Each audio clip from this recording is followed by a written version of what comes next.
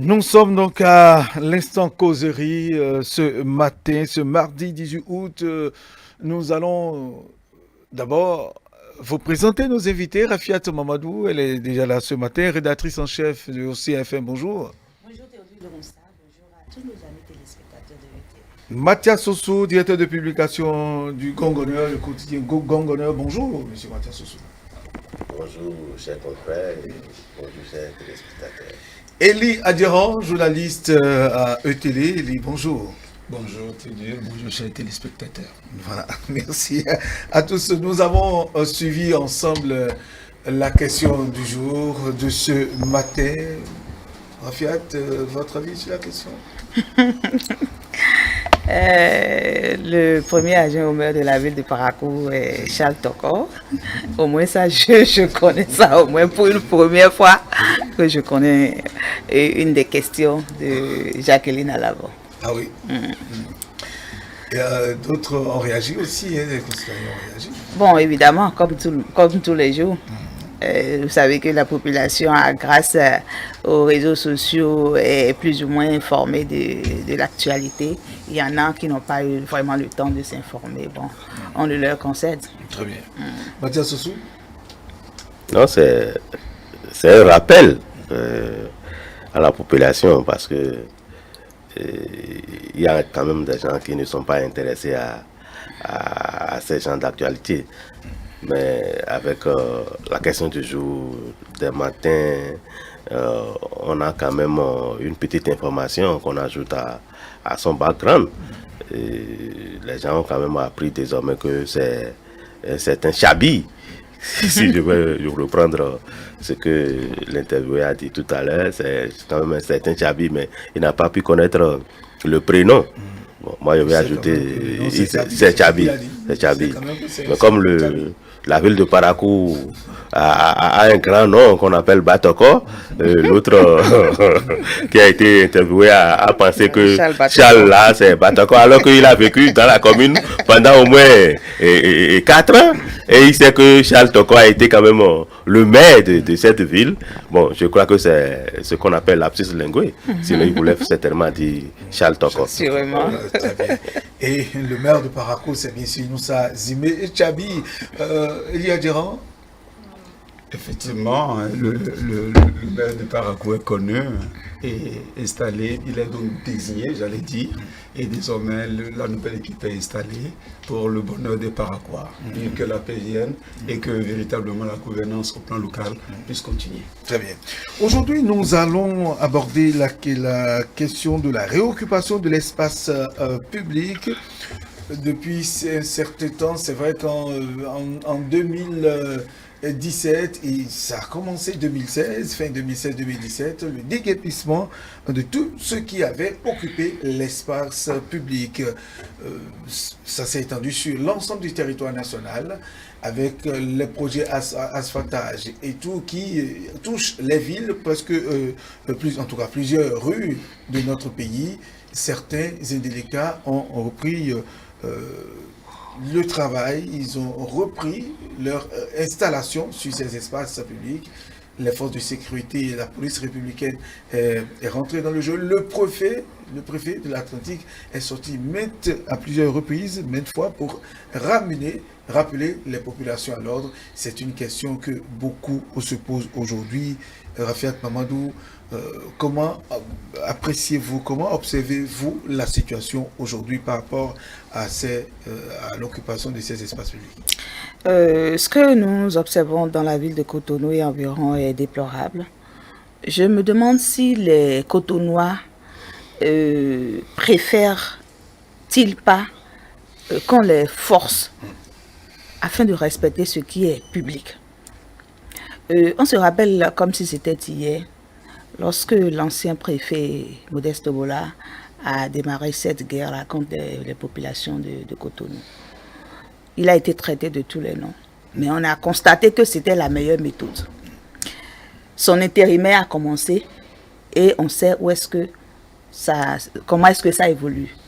Mais on constate que ces populations-là sont toujours restées dans leur position. C'est-à-dire on estime que nous sommes nous sommes dans notre pays, donc on peut faire ce qu'on veut. On ne veut pas respecter ce qui est public. Les gens sont en train de travailler pour nous. Le gouvernement mobilise des milliards pour nous offrir un cadre adéquat, pour nous offrir un pays beau. Et puis nous, c'est-à-dire, il y a de ces citoyens-là qui s'en fichent. Est-ce que c'est forcément sur le trottoir qu'il faut rester pour chercher son gagne-pain?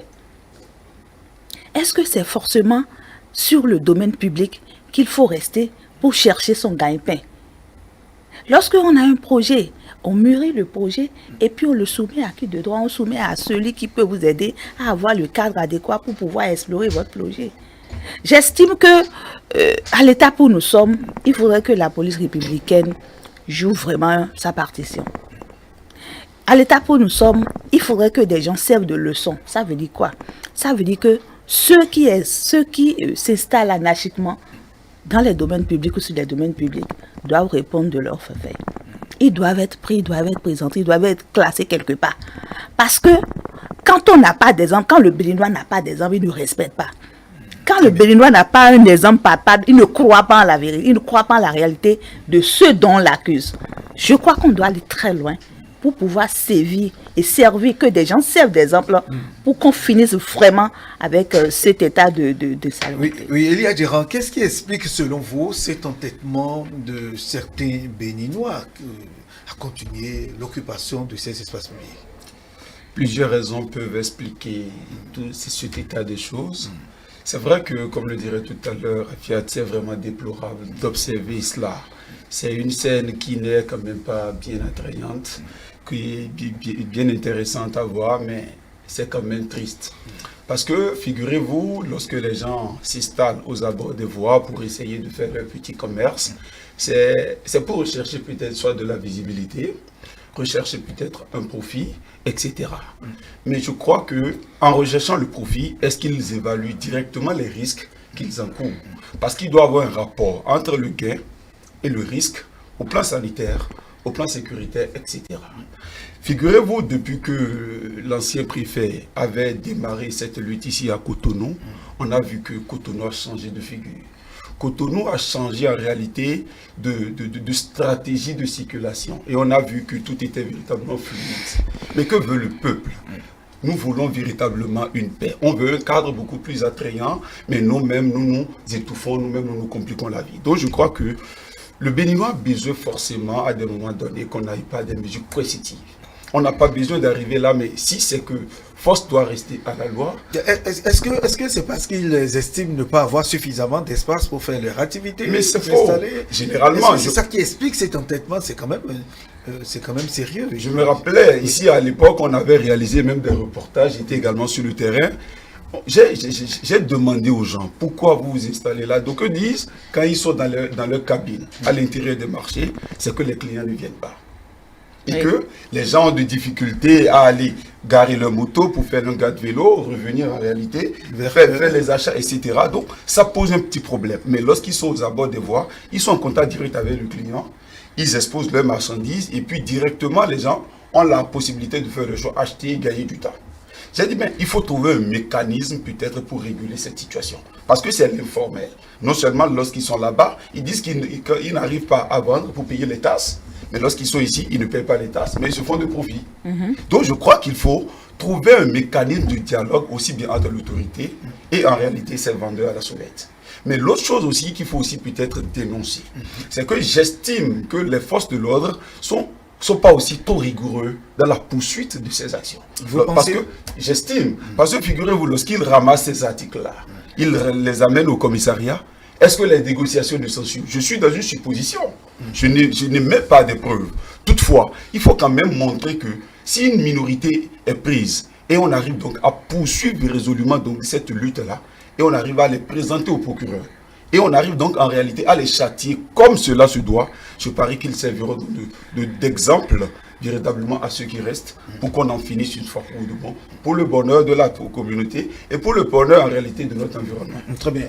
Mathias Sossou, est-ce que vous partagez l'avis de Rafiat, Eli, par rapport à cette manière d'occuper et la force coercitive?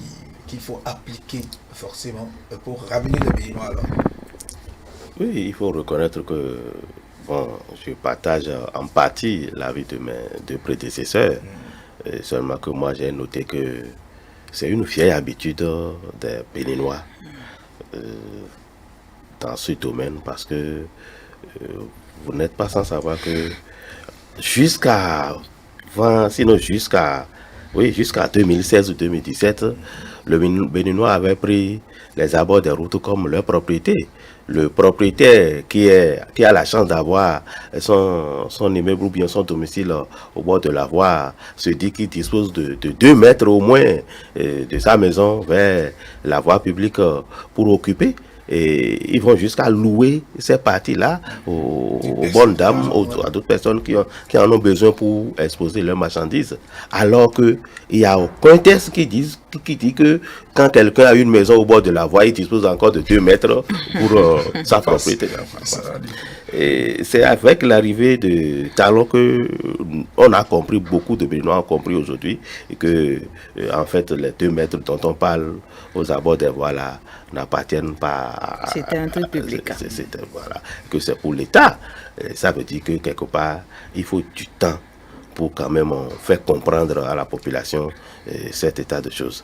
Et vous allez voir que juste après le départ de Modeste Toboula, les bonnes dames ont repris service parce que ils se disent, bon, celui qui était notre bourreau est déjà rangé, et maintenant nous avons la liberté de faire ce que nous avions l'habitude. C'est ça l'habitude que ils ont.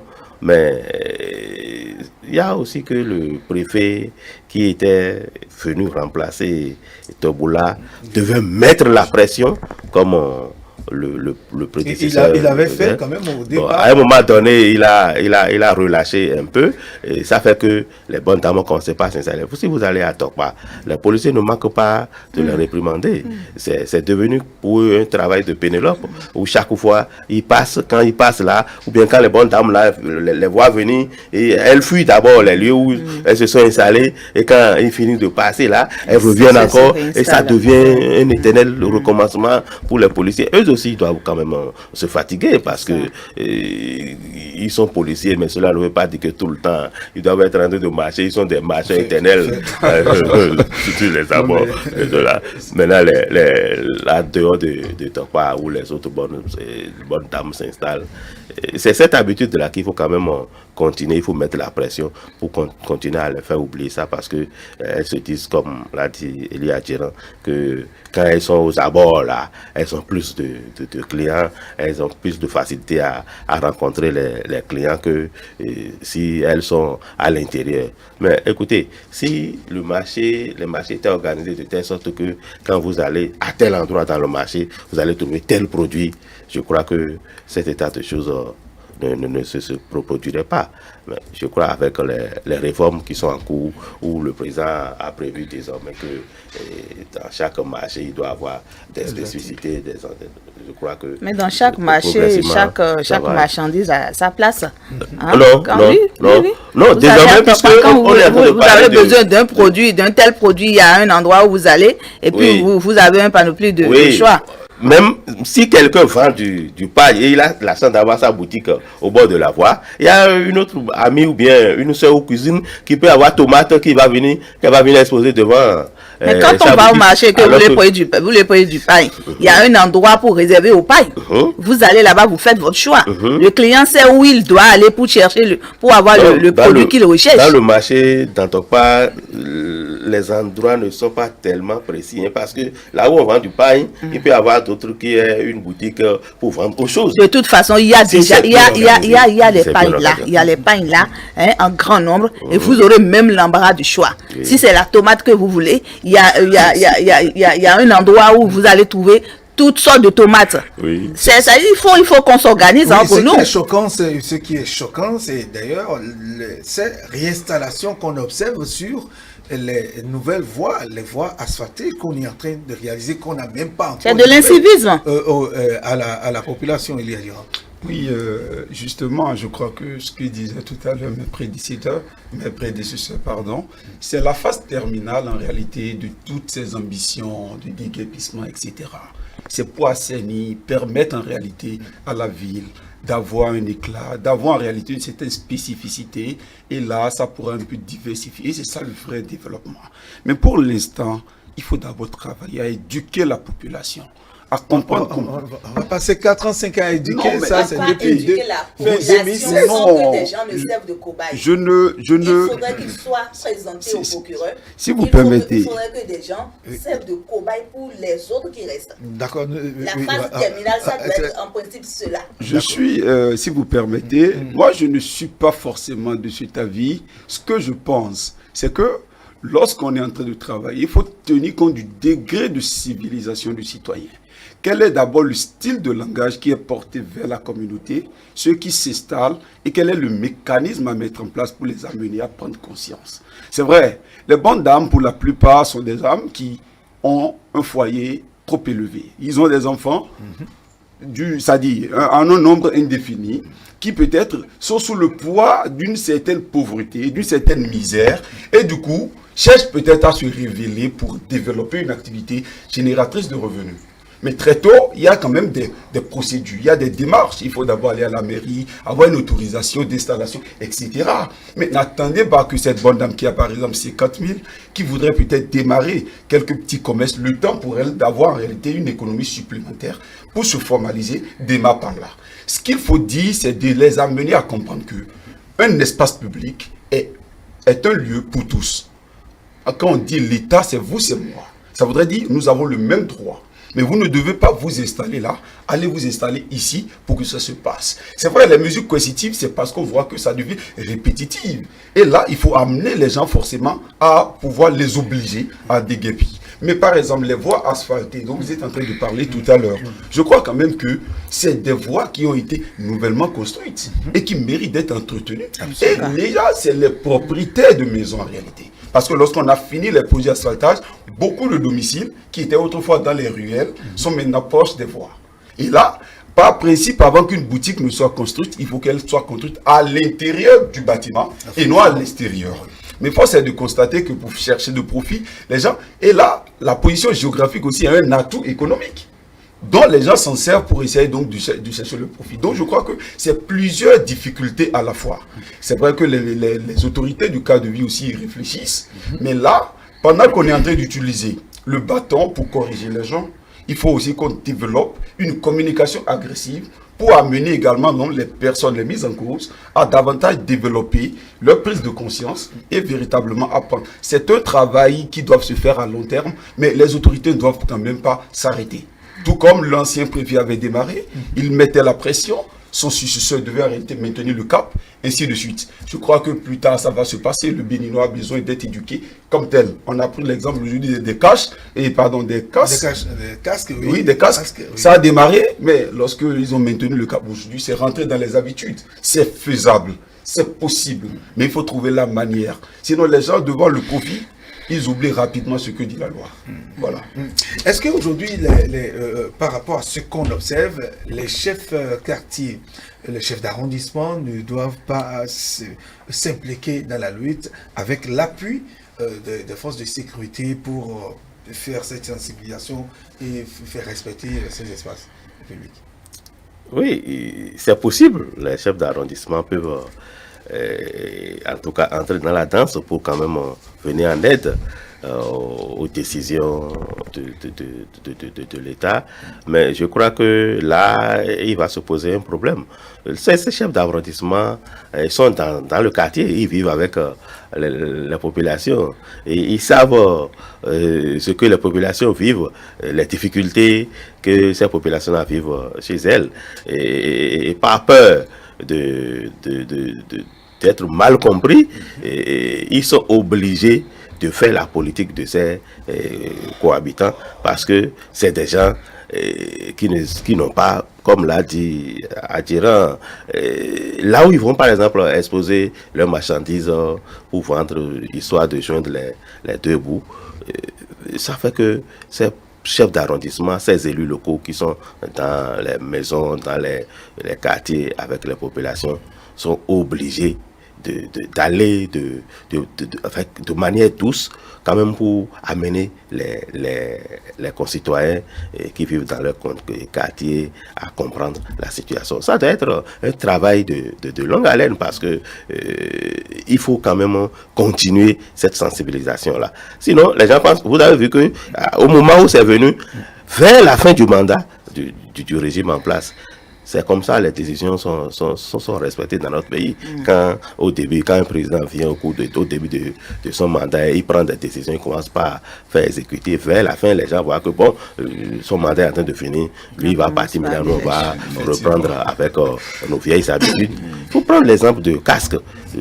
Les casques qu'on portait, les motocyclistes. Quand Yaya avait sorti cette décision, les gens respectaient. Vers la fin du mandat, là, les gens ont relâché. Il a fallu que ce régime arrive pour dire ah non, on ne laisse pas tomber, on continue pour que tout le monde commence par respecter. C'est ça, ils ont pensé quand ils ont construit les nouvelles voies, ceux qui sont aux abords, ils ont pensé que bon, maintenant, c'est fini. Et nous, on peut encore réinstaller nos activités. Et c'est comme ça maintenant que la répression a repris. Je crois que les populations, ceux-là qui sont dans ces désordres-là, vont comprendre que ah non, ces chefs qui sont là ne veulent pas lâcher prise. Ça veut dire que nous aussi, nous avons le devoir de respecter les décisions qu'ils ont prises. Donc, petit à petit, ça va entrer dans les mœurs et puis on va respecter. Puis ailleurs, les gens respectent. Ailleurs, les gens respectent. C'est pas... Même dans ce Cotonou-là, il y a des gens qui respectent cette décision-là. C'est parce qu'il y a quelques brebis galeux qui, quand même... n'entendent pas respecter et ils font tout pour guetter les chefs. Mais pour le chose, si vous permettez, surtout même pas ces temps de Covid, surtout même pas ces temps de Covid où véritablement on parle de la question de mesures de distanciation, etc. Quand vous voyez au niveau donc des feux, les vendeurs à la sauvette, ils s'approchent même parfois de vous d'une manière agressive pour vous obliger. Vous n'êtes pas censé même les éloigner pour dire restez là-bas, vendez-nous. Donc ça crée beaucoup de difficultés. Il faut véritablement... Il faut réguler. Il faut que la régulation soit faite et que les gens comprennent qu'il faut en finir une fois pour le bon, pour le bonheur donc des Cotonou. Oui, la police républicaine, elle seule ne pourra pas faire le travail. C'est ce que je disais tantôt. Il faut l'implication des conseillers élus, des chefs quartiers, des chefs d'arrondissement. Les conseillers sont des élus du peuple. Ouais. Vous savez, lorsqu'ils vont commencer peut-être à s'impliquer de façon active dans cette lutte, il y aura des critiques qui vont commencer au niveau des populations. Ils vont dire c'est nous qui l'avons mis là, et puis voilà, il vient contre nous. Je pense que la loi demeure la loi. Les agents de force de sécurité font ce qu'ils peuvent. Eux aussi, comme l'a dit M. Sossou, ils sont des hommes, ils sont des humains. Et ce sont nos pauvres mamans qui peinent à trouver une stabilité dans leur commerce. Alors, avec la communication, il faudrait qu'on arrive à en finir. Il faudrait qu'on arrive à éduquer. Il faudrait qu'on en arrive, n'est-ce pas, c'est-à-dire que quelqu'un serve d'exemple. Parce que il faut punir. Quand on demande pardon, quand les gens viennent et que les femmes demandent pardon, on les lâche. Elles se réinstallent. Demain, ils viennent. Ils lâchent. Elles se réinstallent. Ça dit, on est dans un perpétuel recommencement. C'est comme si il faudrait que l'État prenne ses responsabilités de façon stricte. On doit finir avec ça. Quand on portait les casques et que les gens ne voulaient pas porter les casques, mais il y a les gens qui ont... Moi, j'ai payé les frais pour les casques. Oui. J'ai payé les frais pour les casques. Ma moto a passé 10 jours au commissariat central. Et j'ai payé vraiment les frais. Mais à partir de ce temps, je n'ai jamais lâché mon casque à n'importe quel moment quand j'ai voulu prendre la route. Oui, ça veut dire que quand on ne punit pas, on n'a pas ce réflexe-là. Quand on ne punit pas, on ne sévit pas contre soi-même. Dans ma tradition, on dit souvent que c'est-à-dire pour faire endormir l'enfant, il ne faut pas encore pas... Pourquoi il y a des gens qui respectent les décisions et il y en a qui ne respectent pas? Je comprends la préoccupation de ma consoeur et la réprimande. Il ne faut pas y aller de force. Moi, je conseille que les mesures coercitives là, il faut quand même mettre un peu de bémol. Mais dedans. jusque-là, on s'est amusé moi, je n'ai avec pas les suivi, gens. je n'ai pas regardé. Jusque-là, on je n'ai s'est pas amusé suivi, avec les gens. Oui, je n'ai pas suivi suivi l'opération de la police municipale qui a eu à dégager les bonnes dames. Mais ce que moi j'ai entendu seulement, c'est même pas sur les réseaux sociaux, c'est au cours des causeries où on dit vraiment cette scène que la police municipale nous a offerte ce week-end-là, ce n'est pas bon. On a ramassé C'est des pas un casseroles problème. de riz, des bonnes dames. L'image là qui est en train de passer là, ce n'est pas bon pour le social même. Si la casserole de riz au bord de la voie. Les gens vont dire, c'est ce riz là, peut-être que la bonne dame là va vendre ce jour pour nourrir ses enfants à la maison, ainsi de suite. C'est bon de réprimander les gens, mais il faut y aller avec la manière. Mais les télévisions qui ont montré les casseroles de riz ramassées chez les bonnes dames, ça va circuler un peu partout dans le monde. Et les gens vont dire... Les casseroles étaient au bord de la voie. Est-ce que la bonne dame... On est en train de les d'aménager les voies là, mais il faudrait pas que ceux qui sont dans les villages, c'est pas nécessairement Coton, ceux qui sont dans les villages, qui voient ces images là, qui ne comprennent pas ce qu'on est en train de faire, il faut dire, mais qu'est-ce que les gens vont manger? Qu'est-ce que les gens vont manger? On est allé ramasser, ce n'est pas bon. C'est pas bon. D'accord. Ça dit, lorsqu'on observe un peu la situation, moi je suis censé même parfois dire, si ce n'est pas ces bonnes dames-là, sont des victimes innocentes. Excusez-moi cette expression, parce qu'elles ne viennent pas là par volonté. Elles le veulent, parce qu'elles veulent trouver un profit. Mais qui leur a laissé d'abord l'espace? Là, il y a quand même une propriété initiale. Le problème est plus élevé que ce que nous disons. Si nous voulons aller par les mesures coercitives, c'est d'abord les propriétaires qui doivent être interpellés par les forces de l'ordre. Parce que si déjà les gens sont là, on dit, ouais, nous ne lui avons pas laissé l'autorisation de s'installer là. Mais toi, tu sais que c'est ton ménage. C'est ta déventure. Et tu passes par là pour faire entrer ta voiture. L'autre ne peut pas quitter Tchoumi pour venir s'installer là sans un minimum d'accord qu'on ne veut pas déclarer. C'est parce qu'il y avait une forme de magouille. Donc rien n'est contrôlé dans le système. Moi, mon souhait, je veux bien véritablement qu'on en finisse avec la situation, mais qu'on y trouve véritablement la moyenne d'action pouvant permettre à chacun de se retrouver dans toutes les mesures. C'est vrai qu'il n'y a jamais de liberté sans contrainte. Lorsqu'on réclame une liberté, on fait appel en même temps à des contraintes, mais toutefois, amener donc les gens à une prise de conscience. Les mesures coercitives, oui, mais est-ce que ça profite tout le monde? Lorsqu'on va par des mesures de force, on dit l'État veut nous étouffer. On ne mange pas, on ne fait pas ci, on ne fait pas. Alors que nous contribuons à l'économie de cette même nation. Donc, on déplace le débat et on laisse l'essentiel.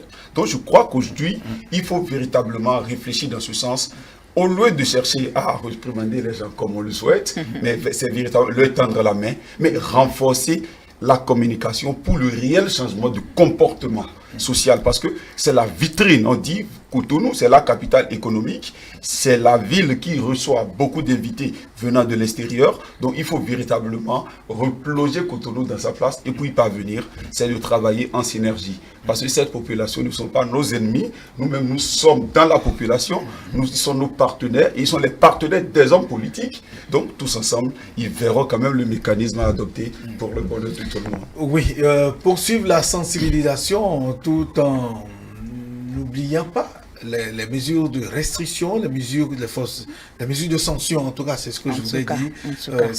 Parce qu'on ne peut pas déployer des milliards pour réaliser des infrastructures et que à cause de notre faim, on va les garder, c'est pas bien. C'est ça. Pas vraiment bon. En tout cas. Il n'est toujours pas d'accord avec Pafiat, monsieur Sosiosi. Nous allons passer au second sujet. Depuis quelques jours, on annonce la montée des eaux de l'autre côté de la Ligurie. Le fleuve Malanville est sorti carrément de son nid et ça descend. Le Mono, l'Ouémé et autres sont déjà en alerte. L'eau monte de l'autre côté. Il va falloir faire très attention. Alors, ces derniers temps, Mathias Soso. Oui, c'est un phénomène cyclique. Hein. Je crois, souvent dans le mois de septembre, il y a la montée des eaux. Et on constate ça au nord, dans le Mono, et le Zou aussi. Et je crois que les populations prennent les dispositions nécessaires pour quand même affronter cette difficulté. Et je crois que ce n'est pas aussi alarmant comme on le pense. Il y a déjà en il y a eu des morts. Il y a des morts. On enregistre toujours des morts. Il y a des gens qui sont, je dirais, est-ce que c'est comment je vais même expliquer ça? Il y a des gens qui aiment affronter la nature. Et quand vous avez l'habitude d'aller quelque part, que à un moment donné vous constatez que par où vous passez a été inondé et qu'il y a de l'eau, et il y a l'eau à monter dangereusement, il faut prendre des précautions. Mais ils négligent de façon, je ne sais pas comment, ce qui leur vient dans la tête là, et ils tentent de le faire comme ils en ont l'habitude, alors que quand vous constatez qu'il y a un changement, qu'il y a danger, il faut prendre les précautions. Les gens, au lieu de traverser avec une pirogue, en tout cas bien adaptée, ils préfèrent prendre de petites pirogues pour traverser l'eau, alors que ce n'est pas indiqué en ce moment-là.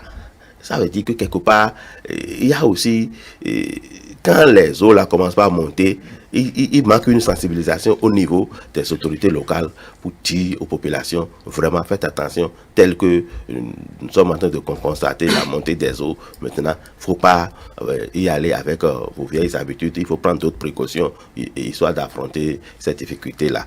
Mais ces populations, il y a aussi ceux qui sont chargés de transporter les passagers pour traverser les fleuves en pirogue là, qui font de surcharge.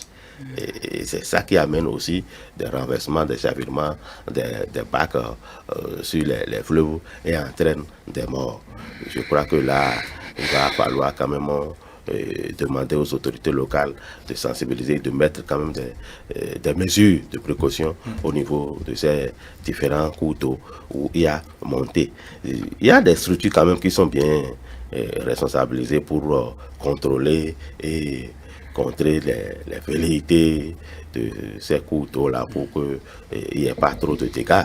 Quand vous prenez le fleuve Mono au niveau de Nagbeto, il y a des structures là qui contrôlent, qui savent qu'à tel moment il doit avoir monté, à tel moment il doit avoir descendu. Quand ça monte trop, nous on constate ça dans le bas Mono, je dirais, parce que l'eau déborde maintenant de son lit et ça passe, on arrose les régions comme Atiémé, Lokosa.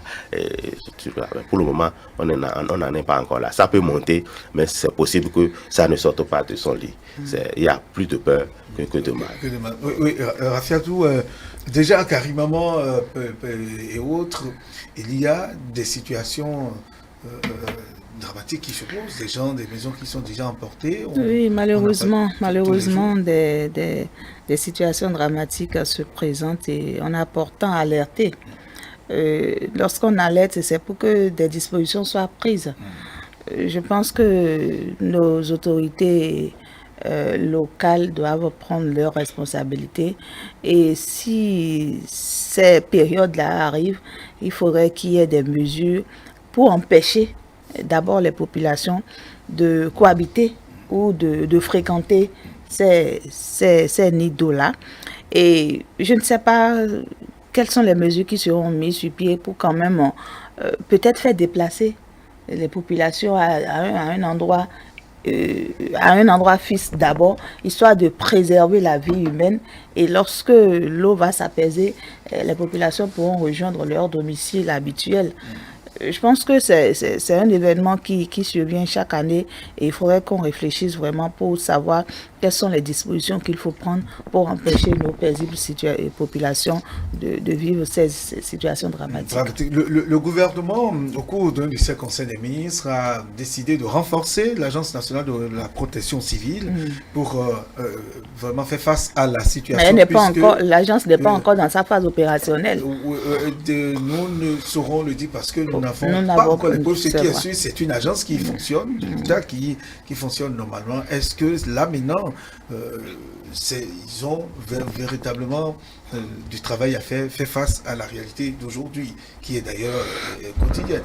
Sans pour autant vouloir menacer quelque intérêt, moi j'ai trouvé très salutaire cette décision prise par le Conseil des ministres Parce que depuis, lorsqu'on me parle toujours de la montée des eaux, je fais référence à l'Agence nationale de la protection civile, qui depuis des années, cette agence existait sous bien sûr la tutelle du ministère de l'Intérieur et de la Sécurité publique, mais rien n'y fit. Les points statistiques sont là, on a toujours enregistré des morts, des dégâts. Et puis quand il est question d'aller pour les missions de sauvetage, pour déplacer les victimes vers des zones précises pour essayer de les protéger. Durant cette période, nous les avons toujours vus. Pourquoi venir à la rescousse? Attendre d'abord les dégâts avant en réalité donc de poser des pas.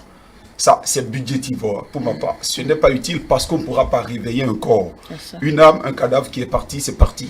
Mais ce qui pourrait peut-être servir pour le développement de la nation s'en est un. Alors, ce qu'on pourrait peut-être dire, c'est d'inviter davantage les autorités, notamment de la NPC, à anticiper. Parce que l'agence est presque quasiment absente, pour ma part. Parce que nous ne voyons pas véritablement leurs actions d'anticipation. Parce que leur rôle, c'est d'abord aller vers les zones à risque, déjà identifiées, les amener à prendre, c'est-à-dire les sensibiliser, les aptitudes à adopter pendant la saison pluvieuse pour éviter et même les former à pouvoir se défendre avant, bien évidemment, que eux aussi déploient en réalité leurs arsenal pour venir donc les défendre. Donc je crois qu'il faut ces travaux-là, il faut que ce travail soit fait pour aider la population elle-même à avoir déjà quelques rudiments déjà de prise de conscience et de défense permanente. Donc je crois que le problème n'est pas à ce niveau. Ce que nous sommes en train d'observer dans le Nord Bénin, c'est véritablement un phénomène cyclique qui est d'habitude, mais qui n'est quand même pas bien pour notre nation. La zone du sud notamment, quand on prend le Mono, le Koufo et le Zou, je crois que c'est déjà un appel, l'alerte est donnée, et que ceux qui font leur petit transport via les fleuves, via donc les cours d'eau, prennent davantage donc de ces mesures-là. Les appels sont toujours donnés, mais les aptitudes et les habitudes demeurent. C'est toujours difficile, mais je dis que le véritable problème, c'est déjà l'émancipation. Le véritable problème, c'est l'information, c'est l'éducation, c'est la communication. Et les acteurs des médias ne sont pas totalement impliqués comme cela se fait.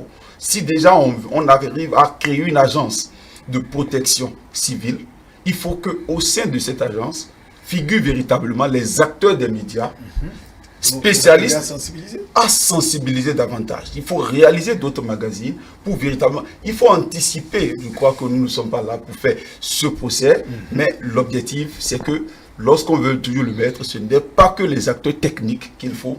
Il y a d'autres acteurs qui doivent remettre en réalité sur la toile ce qu'il faut pour amener les gens à capter l'intérêt même de cette action qui est menée en leur faveur.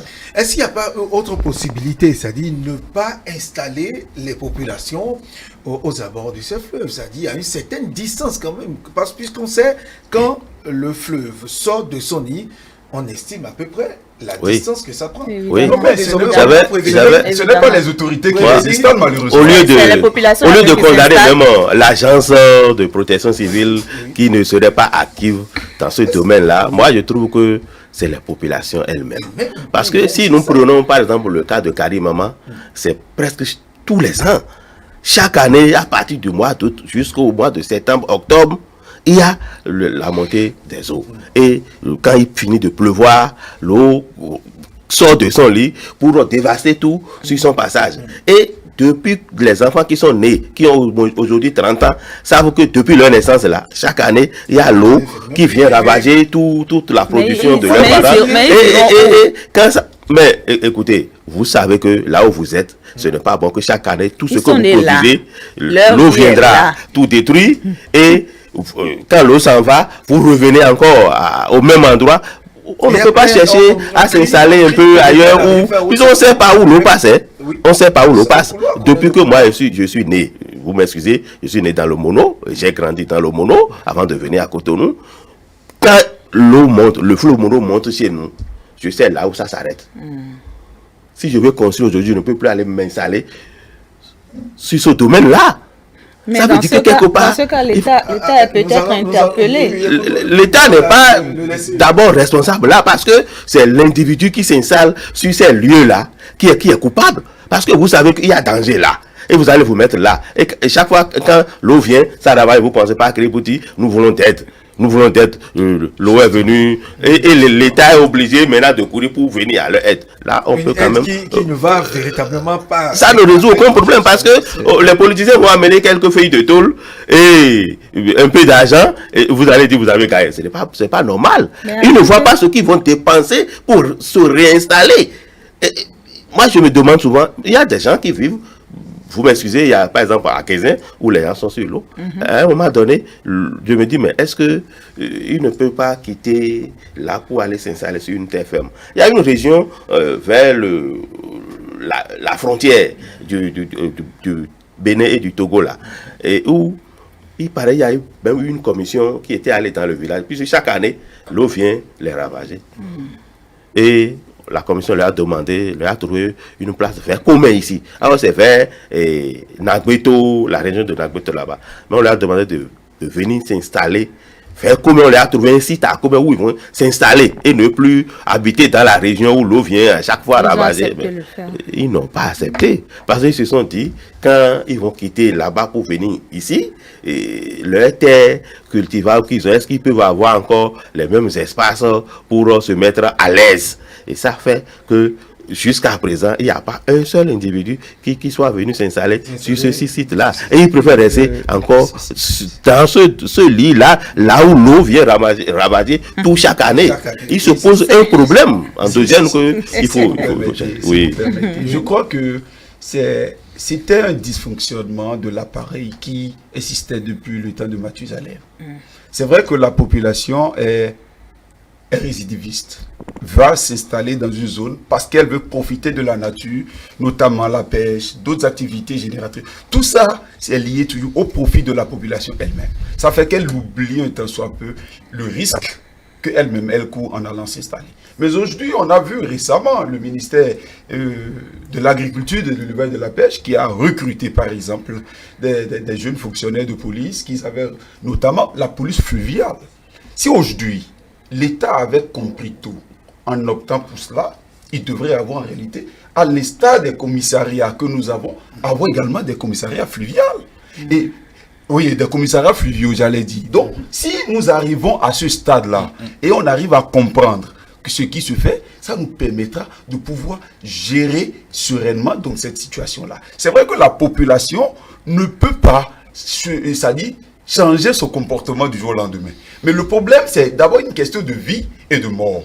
S'ils vont s'installer et l'eau vient les ravager à tout moment, et l'agence continue, pourquoi doivent-elles continuer à s'installer? Et le gouvernement leur vient en aide. Ça pose un problème parce qu'ils se disent, à chaque fois, l'exemple que vous venez de donner, on leur a trouvé une zone de terre ferme où ils peuvent s'installer, mieux protégés. Mais pourtant, s'ils n'ont pas un profit, pourquoi vont-ils chercher à aller s'installer là-bas? Moi, j'ai échangé avec un monsieur qui est également dans du Mono, comme vous l'avez dit. Il dit que lui, ses esprits sont là. Que lorsque lui l'est installé, là, il échange avec ses dieux. Qu'aucun État ne peut venir le déplacer. Par exemple, celui-là, il a été difficile. Il a fait, pour moi, au cours de nos jours, j'ai cherché à le ramener à la raison, mais difficile. Figurez-vous combien celui-là, il va encore vouloir faire usage de ses forces occultes pour vouloir encore s'opposer à l'État. Donc c'est une question psychique au fait, c'est une question de mentalité, c'est une question d'éducation civique.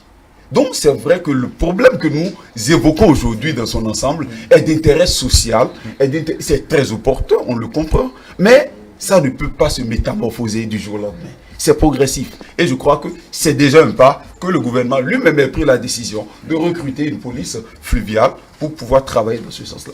Progressivement, ça ira et ça va pouvoir aller pour l'intérêt de tout le monde. Oui, Rafia.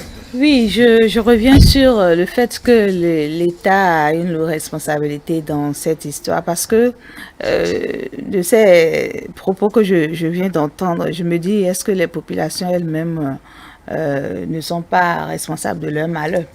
C'est vrai, on est attaché à notre culture, on est attaché à notre origine, mais on ne doit pas oublier notre vie. Il faut vivre pour pouvoir mettre en valeur l'origine. Il faut vivre pour pouvoir mettre en valeur la tradition. Je pense que au niveau du ministère de la Sécurité publique et autres, ils doivent être en train de penser à une solution vraiment durable pour que nous puissions finir une fois pour de bon avec ces histoires désolantes qui se répètent chaque année. Je pense que à ces endroits-là, il faudrait qu'on mette peut-être des barrages et qu'on interdise définitivement aux populations de s'y installer. Si le gouvernement déploie de terre pour vous et qu'on vous demande d'aller vous installer, vous n'avez pas le choix. On ne doit pas laisser le choix aux populations de se dire je vais ou je n'y vais pas. Les ravages que causent ces eaux touchent forcément les cultures, les terres. Et puis là, est-ce qu'il n'y a pas un risque de famine qui pèse sur le pays? Parce que c'est tout un champ, des hectares de cultures qui sont emportés. Ce que nous vivons actuellement déjà à Malanville, Karimama et autres. Naturellement, Grenier, c'est un phénomène qui il y a un risque de famine qui pèse désormais. Mais ce qui est normal. Parce que figurez-vous, même les plants, les types de cultures ont besoin d'une quantité d'eau pour grandir, pour croître normalement et donner de bons rendements. Avec la montée des eaux, je crois que ça envahit tous les champs. Et puis les cultures sont parties. Même ceux qui ont fait le coton, ici, ils perdent beaucoup de choses. Donc je crois que le risque est davantage plus grand. Et je crois qu'une étude a été même réalisée, c'est un petit documentaire qu'ils ont réalisé au niveau donc de Panikwara, de Karimama, Malanville, etc. La zone où par exemple un grand champ, des hectares de riz sont emportés par l'eau. Celui-là, par exemple, cet agriculteur de Karimama qui a voulu donc faire un profit pour accompagner en réalité l'État dans la production agricole, cette année a connu un échec.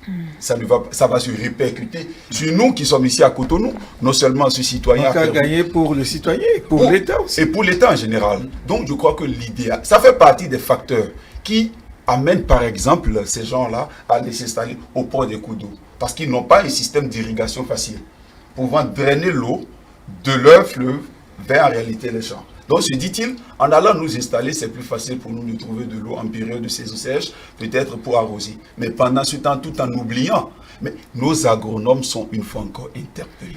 Il faut qu'ils sortent en réalité des bureaux, qu'ils aillent sur le terrain. Les agents, en réalité,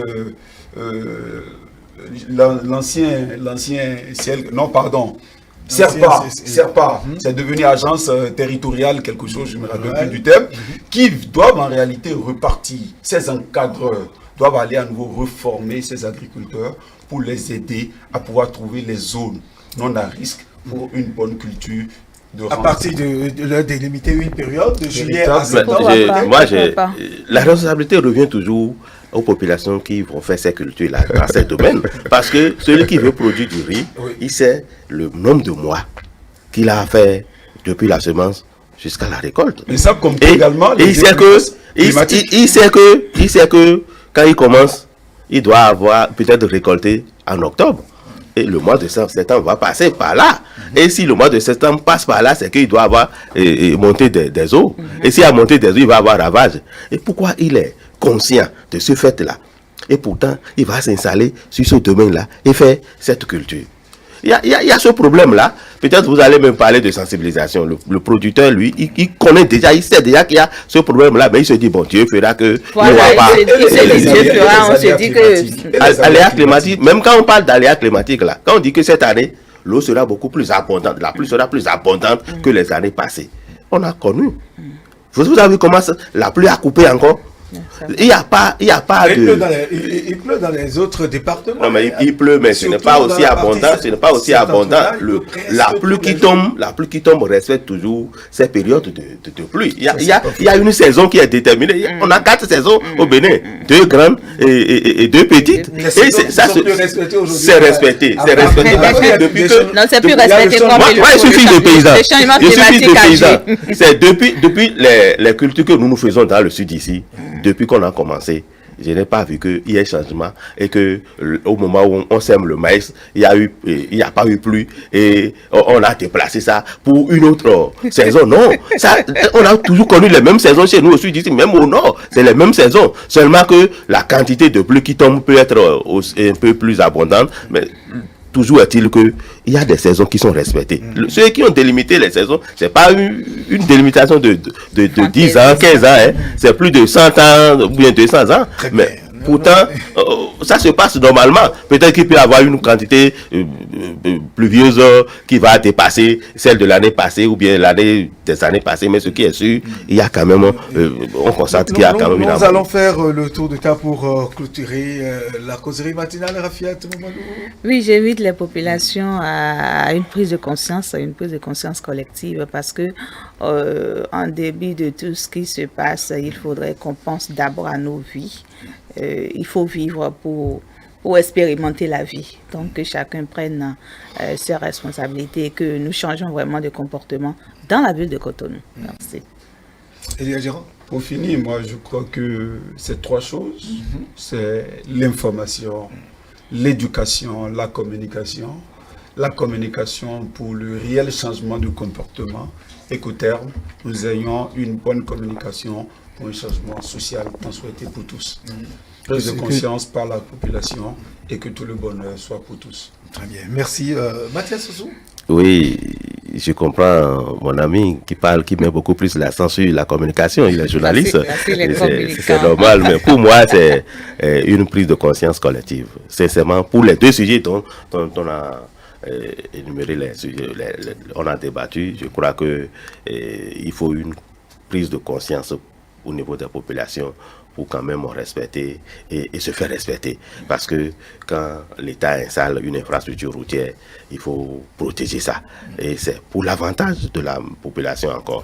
Et les installations anarchiques dans les domaines, sinon sur les lits d'abord des cours d'eau et sur les espaces publics, je crois qu'il faut quand même demander à la population d'aller à l'école d'elle-même, pour savoir que les différentes scènes qu'on constate sont toujours à éviter. Merci beaucoup. Merci à vous tous. Mamadou Rafiat, rédactrice en chef à Océan FM. Merci d'être là. Elia Djeran, journaliste donc à E-Télé. Et Mathias Sossou, directeur de publication du Gongoneur. Merci d'être là ce matin. On se donne rendez-vous dès demain, la semaine prochaine. À très bientôt. Merci d'être là. Nous allons, avec la permission de la réalisation, lire les titres du quotidien matinal avant de partir.